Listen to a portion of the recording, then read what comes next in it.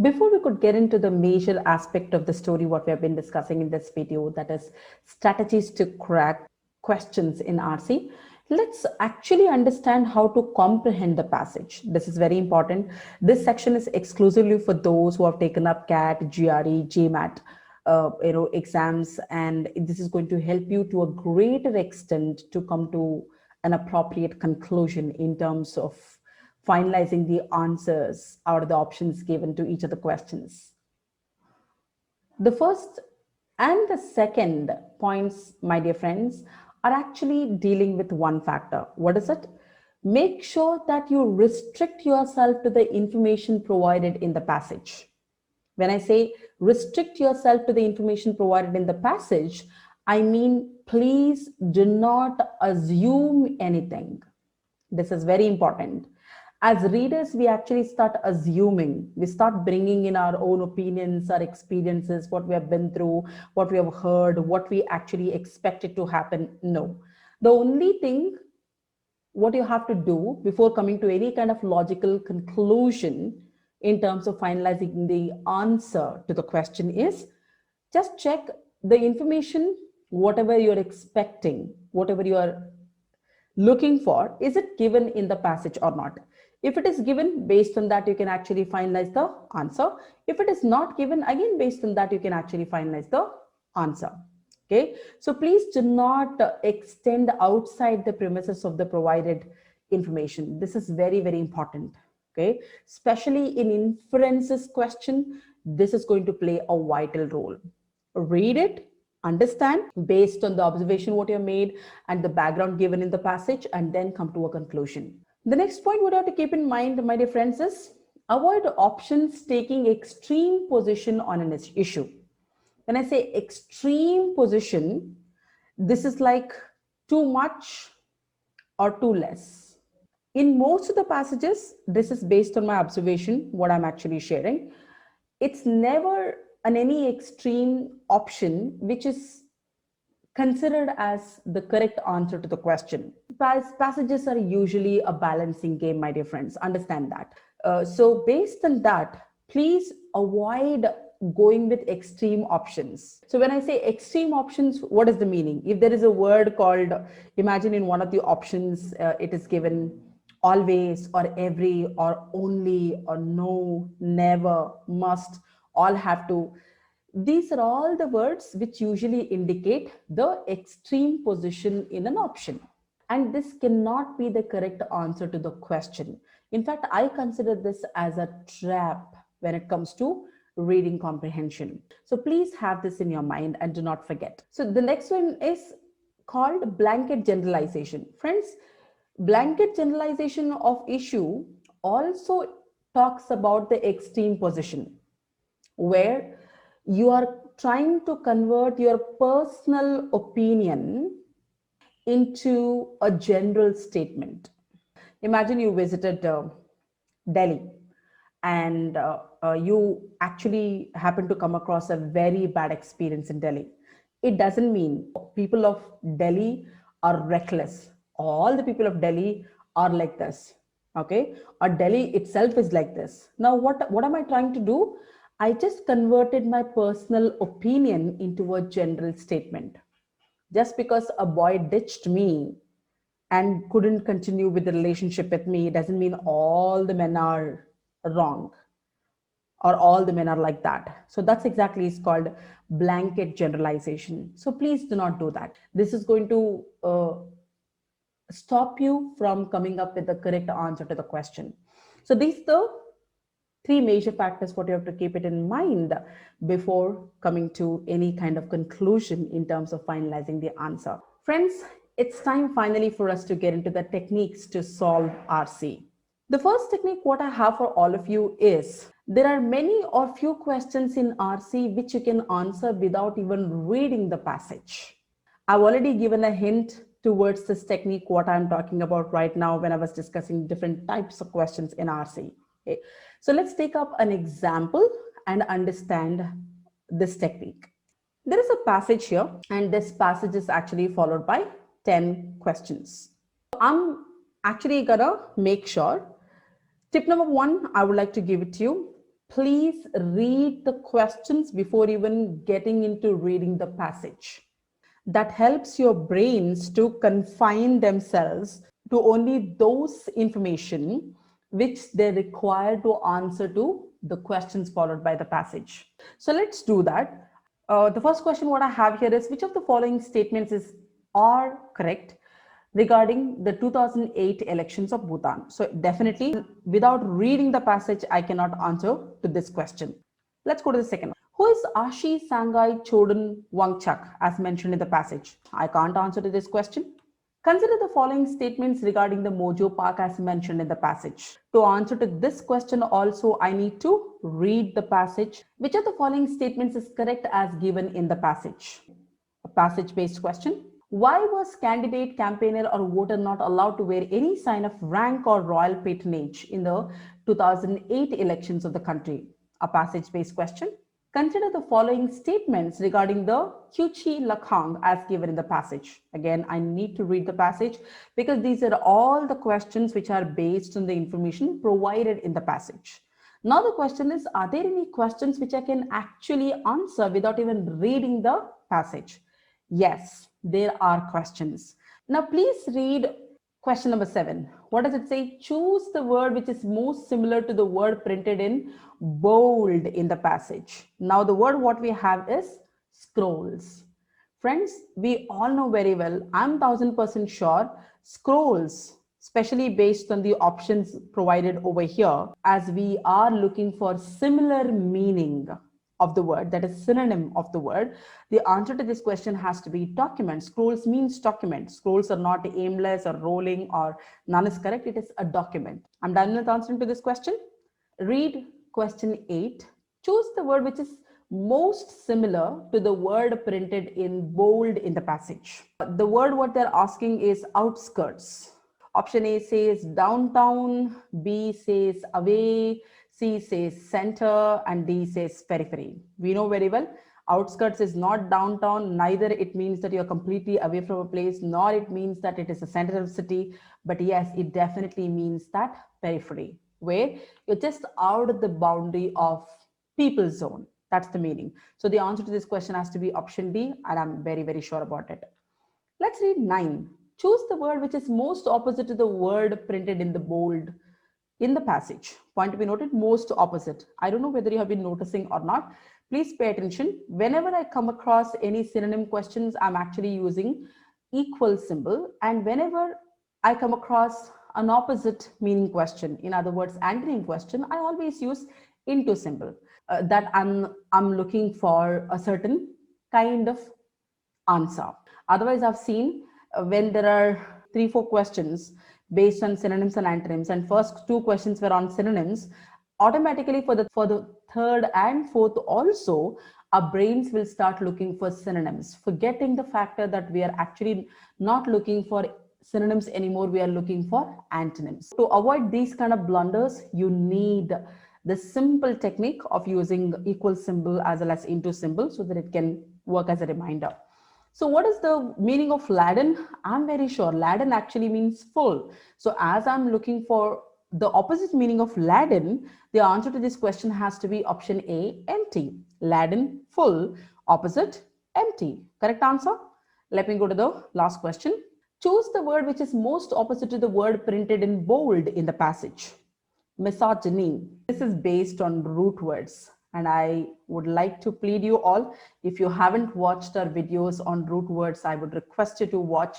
That is one of the best and strongest techniques to have most of the vocabulary in your mind for a longer duration, especially for those who have been preparing themselves very seriously towards cracking any competitive exams. Mis is a root word, which means hate.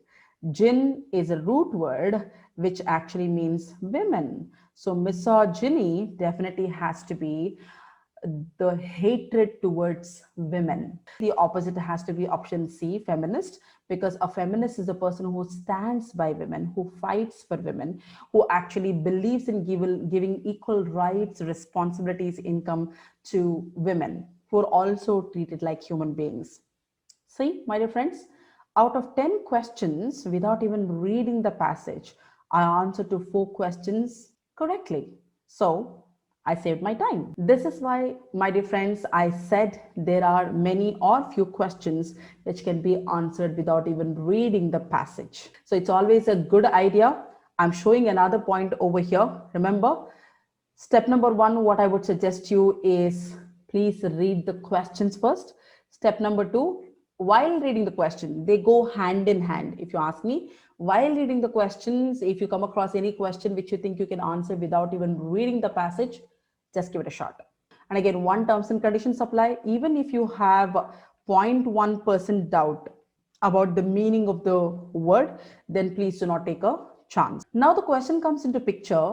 What if I come across a word which is based on contextual meaning? Every word sometimes can be used in different ways, as I'd given you an example in the initial stage of this video. If you think the word must have been used in a different context altogether, please do not take a chance. That's when just see the word which is mentioned in the question and ask yourself, is it a synonym question or an antonym question? And then please, with the help of scanning, when I say scanning, you just have to scan that particular word in the passage. Okay, no reading, no understanding, nothing. Just look for that word in every line. Okay, so once you locate that word, specific word via scanning, you just read the sentence where this word has been used and understand in what meaning has that word been used, and then come to a conclusion. This is the only option available when you do not know the meaning of the word, which is asked either in the form of synonyms or in the form of antonyms in RC. Most importantly, friends, how do I answer to main idea question? And I should tell you, I have a good news for all of you. Without reading the whole passage, you can identify the main idea of the passage with the technique what I'm going to teach you. Let's imagine this is how your passage looks like. I'm using this word usually. When I say usually, up to 80%.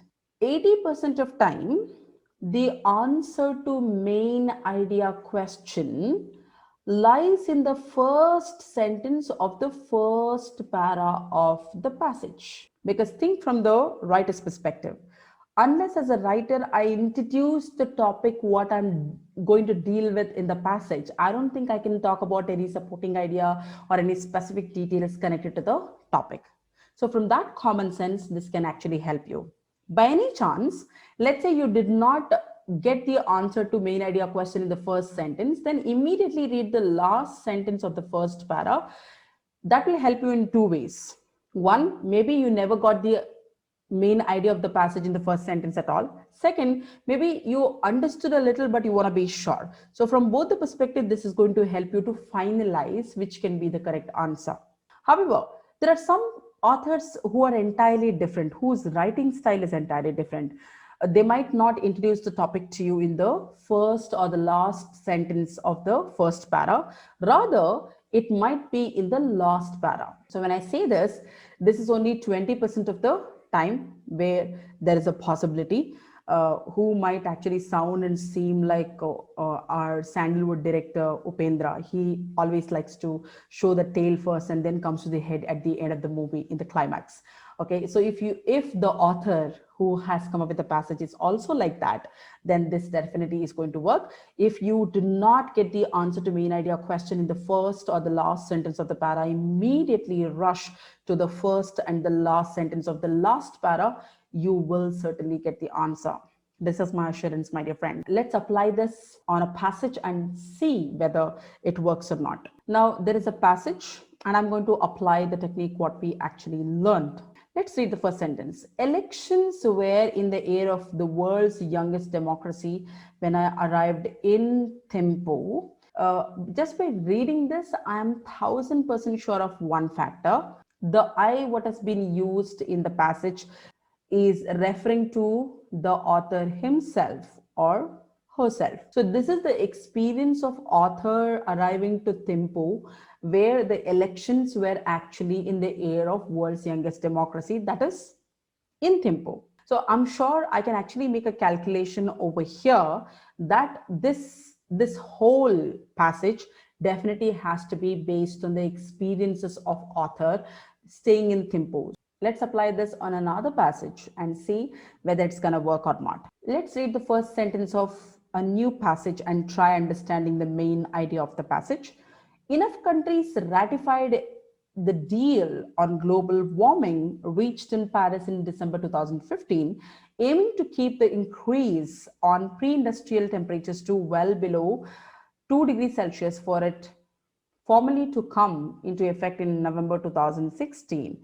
The world's governments are starting to act on their pollution cutting pledges, but two big questions loom large in 2017. This whole passage has to be based on the deal on global warming, which took place in Paris in December 2015. This much I have definitely understood about this passage.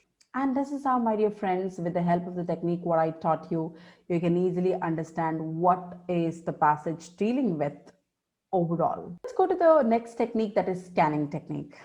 What is a scanning technique? Let me teach that to you with an example again. Friends, this is actually one of the passages what we have already come across. So there's a question here. Consider the following statements regarding the Mojo Park as mentioned in the passage. And let me read the three statements too. That will help me to finalize the answer. It is situated in the northeast India. It is famous for its music shows. It is situated in the city of Thimphu. Now, as I've read the question appropriately, let me go and scan for the word Mojo Park. I need an answer appropriately. I haven't even read the passage completely. So I will use scanning technique to get the answer to the question. Let's see how it works. Point to be noted, I'm only doing scanning. So I'm using my eyes like a scanner to scan Mojo Park word. Look at this. I've already come across the terminology Mojo Park. Now, what is it written about Mojo Park? Let me read that. This was for a by-election in the capital city that dominated the conversation at dinners, even in Thimphu's most fun night spot, Mojo Park, the best music in town. That's the only information what we have. Now, let's go back to the question and finalize the answer. Let me read it. What does the first statement say? It is situated in the northeast India. Not sure, because that information is not given in the statement what I read.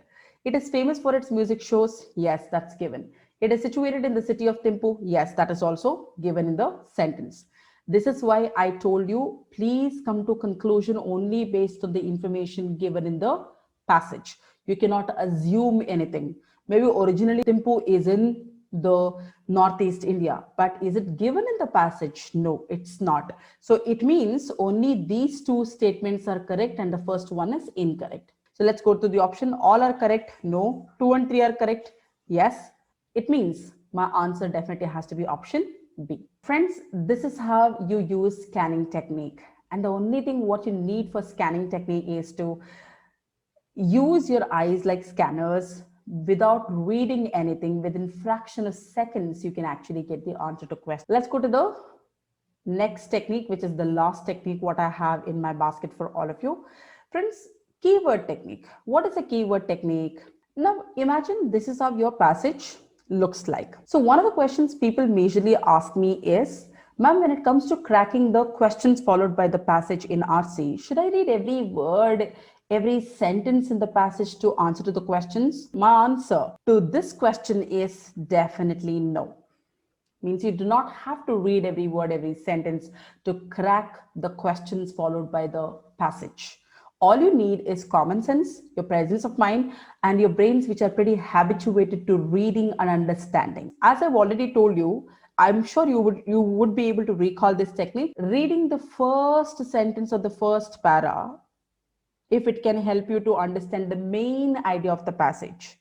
Don't you think reading the first sentence of each of the paras can definitely help you to understand the gist of the para in the passage? I'm just giving you an example. Let's say that this passage is all about women's empowerment in 2020. Now I have understood that by reading the first sentence of the first para. So my main idea question is already done. Maybe I read the first sentence of the second para and I understood it is talking about the status of women in 2020. Now look at this. Whatever I've written as keywords based on what I understood in the para of the passage, just by reading the first sentence of the para, I'm just making it as a keynote. I'll do the same thing to this, and to this. Now, what happens when I come across the question? At least I know for which question where I could get the answer. If there is a question on the status of women's empowerment, I know that definitely I will get it in para 2. This saves my time, my effort, my energy, and it will not make me panic at all. Let's apply this on a passage and then see whether it works out or not. As we've already come across this passage, we know this passage is dealing with the author's experience when he arrived to Thimphu. When he arrived in Thimphu, and this could include a lot of things. Now, I want to know more. I do not want to read the whole passage. I want to understand what is written in each of the paras. How do I do it? By reading the first sentence of each of the paras. What does it say here? Royal textiles. The subheading is already given, which is actually helping me to a greater extent. If you are in Thimphu, put the textile museum on your must-do list. The museum run by the Royal Textile Academy is the project of Ashish Sangai Chodan Wangchuk. The second para is actually abruptly starting from here. However, there are many things uniquely Bhutanese do. Monks and nuns in this deeply religious Buddhist majority are not allowed to vote so as to avoid mixing religion and politics. Means this whole para definitely is dealing with what Bhutanese uniquely do in Thimphu. That's my keyword for this para. Let's go to the second para. It has come up with a sub heading, so it helps me even better to understand. Definitely this has to be about the royal textiles in Thimphu because the subheading says so. However, let me read the first sentence. If you are in Thimphu, put the textile museum on your must-do list. The museum, run by the Royal Textile Academy, is the project of Ashi Sangai Chodan Wangchuk, one of the queen mothers of Bhutan. Okay, so my doubt is actually clear. This whole para must be talking about the royal textiles in Thimphu, where it's dealing with the textile museum, which has to be a must in your list to go and to visit and to understand. I understood this. Let me go to the next one. Not so equal. It means definitely this para should be dealing with some kind of inequality. What is that? Let me read.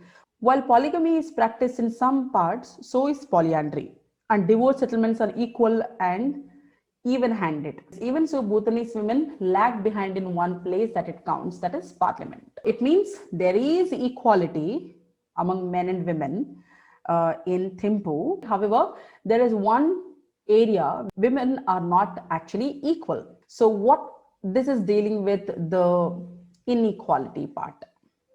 So that I made a keynote of. Okay. So now at least I'm aware of the factor.